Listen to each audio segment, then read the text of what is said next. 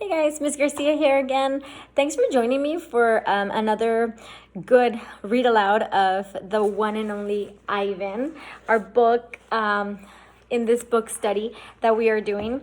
So this is going to be video number 9, if I'm not mistaken, video number 9, and this is going to be on chapters The Ape Artist. The Ape Artist, and we're gonna read all the way through the chapter titled Goodbye. Goodbye, like goodbye.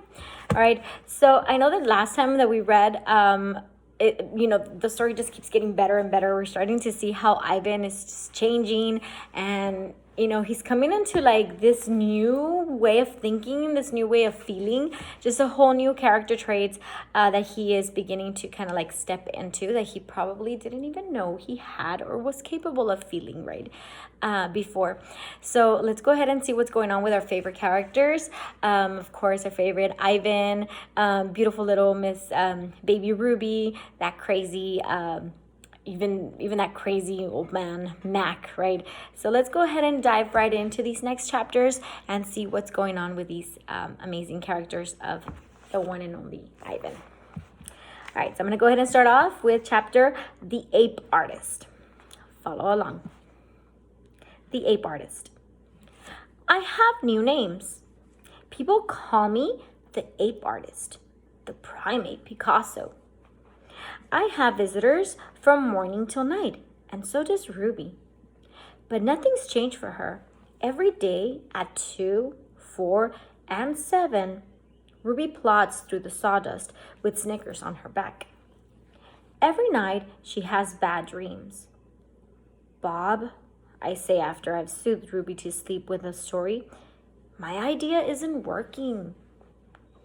Bob opens one eye. Be patient. I'm tired of being patient, I say. Interview. Chapter Interview. This evening, a man and woman come to interview Mac and also George and Julia. The man has a large and heavy camera perched on his shoulder. He films me as I make my pictures. He films Ruby in her cage with her foot roped to the bolt in the floor. Mind if I take a look around? He asks. Mac waves a hand. Be my guest. While Mac and the woman talk, the cameraman walks through the mall. He pans his camera right and left, up and down. When his eyes fall on the claw stick, he stops. He trains his camera on the gleaming blade. Then he moves on. The Early News. Chapter The Early News. Mac turns on the TV. We are on the early news at 5 o'clock. Bob says, don't let it get to my head. There we all are. Mac, Ruby, me, George and Julia, the billboard, the mall, the ring, and the claw stick. Signs on Sticks. Chapter Signs on Sticks. In the morning, several people gather in the parking lot. They're carrying signs on sticks. The signs have words and pictures on them.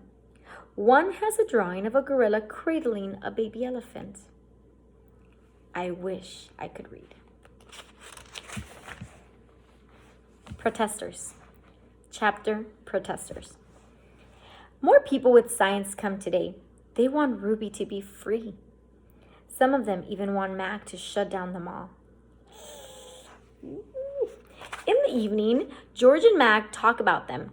Mac says they're protesting the wrong guy. He says they're going to ruin everything. He says, thanks for nothing, George. Mac stomps off. George, holding his mop, watches him leave. He rubs his eyes. He looks worried. Dad, Julia says, looking up from her homework. You know what my favorite sign was? George asks. Which one? The one that said, elephants are people too. George gives a tired smile. He goes back to work. His mob moves across the empty food court like a giant brush, painting a picture no one will ever see. Check marks. Chapter Check marks. A tall man with a clipboard and pencil comes to visit. He says he is here to inspect the property. He doesn't say much more, but he makes many check marks on his paper. He looks at my floor. Check. He examines Ruby's hay. Check. He eyes our water bowls. Check.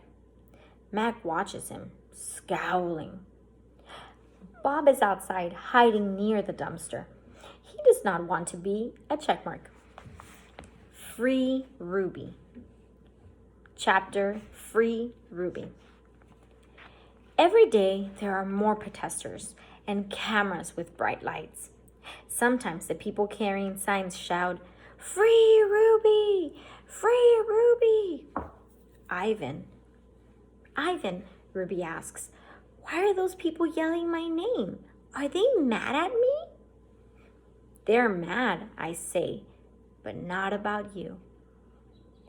A week later, the inspecting man comes back with a friend, a woman with smart, dark eyes like my mother's. She has a white coat on, and she smells like lobelia blossoms.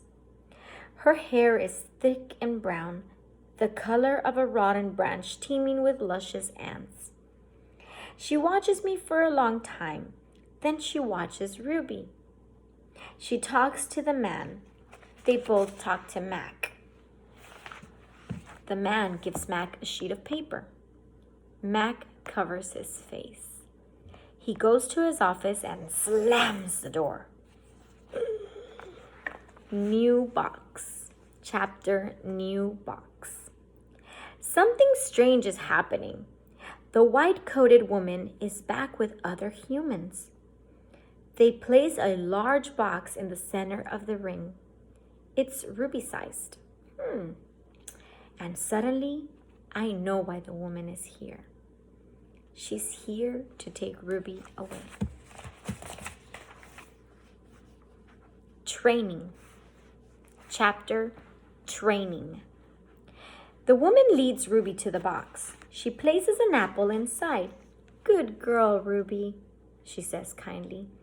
"Don't be afraid." Ruby inspects the box with her trunk.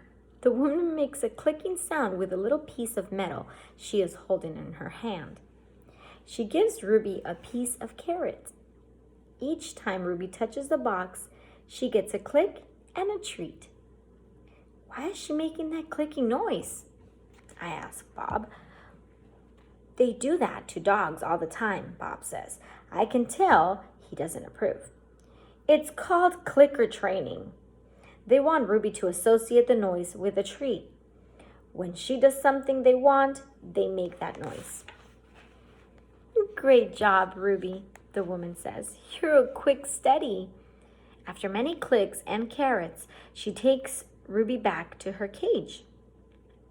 "Why is that lady giving me carrots when I touch the box?" Ruby asks me. "I think she wants you to go inside," I explain.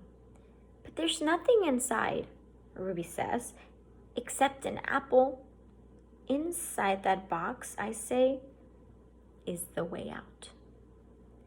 Ruby tilts her head. I don't get it." "See the picture of the red giraffe on the box? I think the lady is from the zoo, Ruby. I think she's getting ready to take you there." I wait for Ruby to trumpet with joy, but instead, she just stares at the box in silence. I'm not sure you understand. That box might be taking you to a place where there are other elephants," I say. "A place with more room and humans who care about you." But even as I say these words, I remember with a shudder the last box I was in. "I don't want a zoo," Ruby says. "I want you and Bob and Julia. This is my home."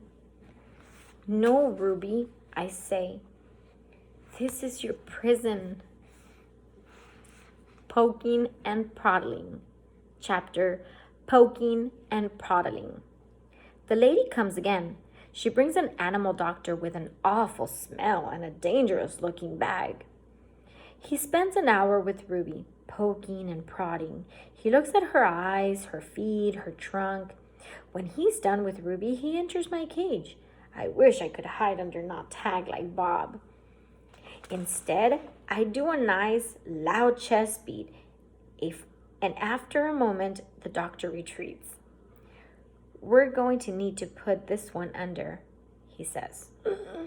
I'm not quite sure what he means, but I strut around my cage feeling victorious anyway. No painting. Chapter No Painting. No one asks me to paint today. No one asks Ruby to perform. There are no shows, no visitors, unless you can count the protesters. Max stays in his office all day. More boxes. Chapter More Boxes. I wake up from a long morning nap. Bob is under my belly, but he isn't sleeping.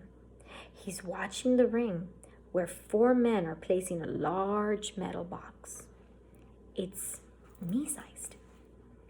What's that? I ask, still blurry from the sleep. Bob nuzzles my chain. I believe that box is for you, my friend. I'm not sure what he means, me. They brought in a bunch of boxes while you were sleeping. Looks to me like they're taking the whole lot of you, he says casually, licking a paw. Even Thelma. Taking? I repeat. Taking us where?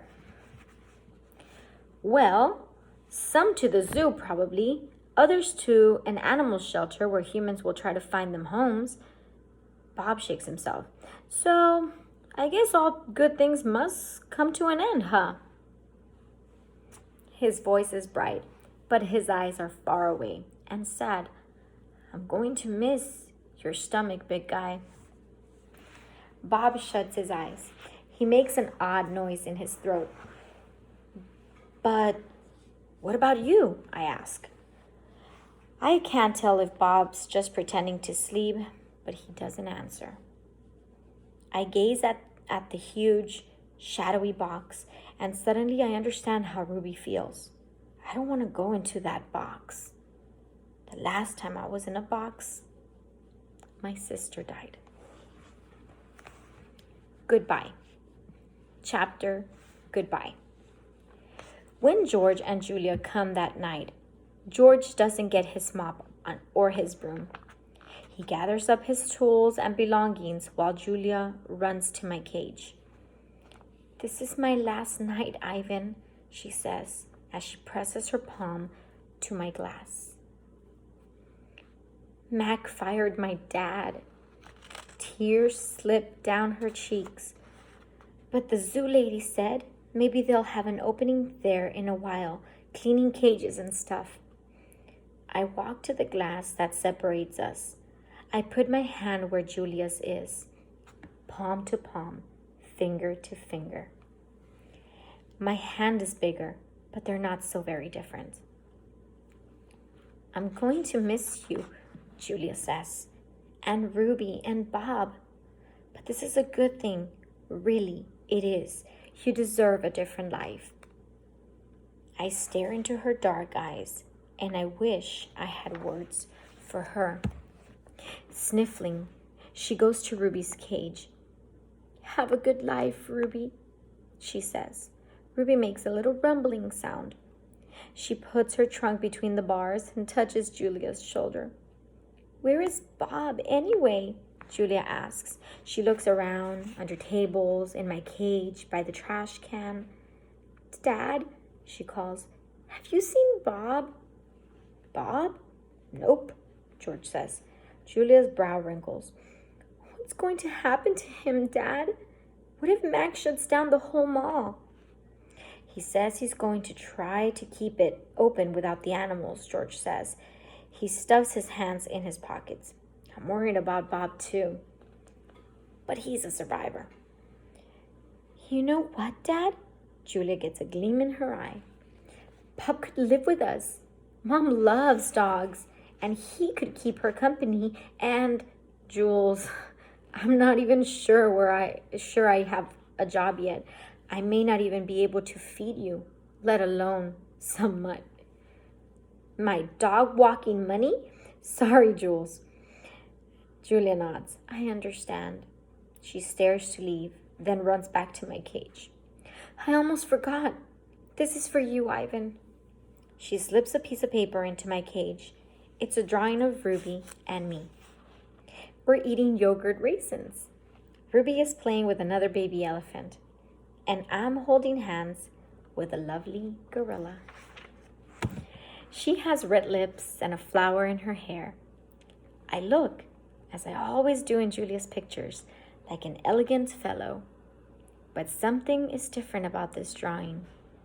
In this picture, I am smiling. So guys, we're gonna go ahead and stop right there. Keep tuned for more videos as we get to almost the very end of our novel, of our book study of the one and only Ivan. If you like this video, go ahead and give it a thumbs up and leave comments if you want in the link below. Hope you enjoyed this book, guys. Hope you enjoyed this chapter. I know it's getting good. It's getting better every time. And I can't wait to see what's going to happen with our amazing Ivan and the lovely little Ruby. Keep tuned. Bye.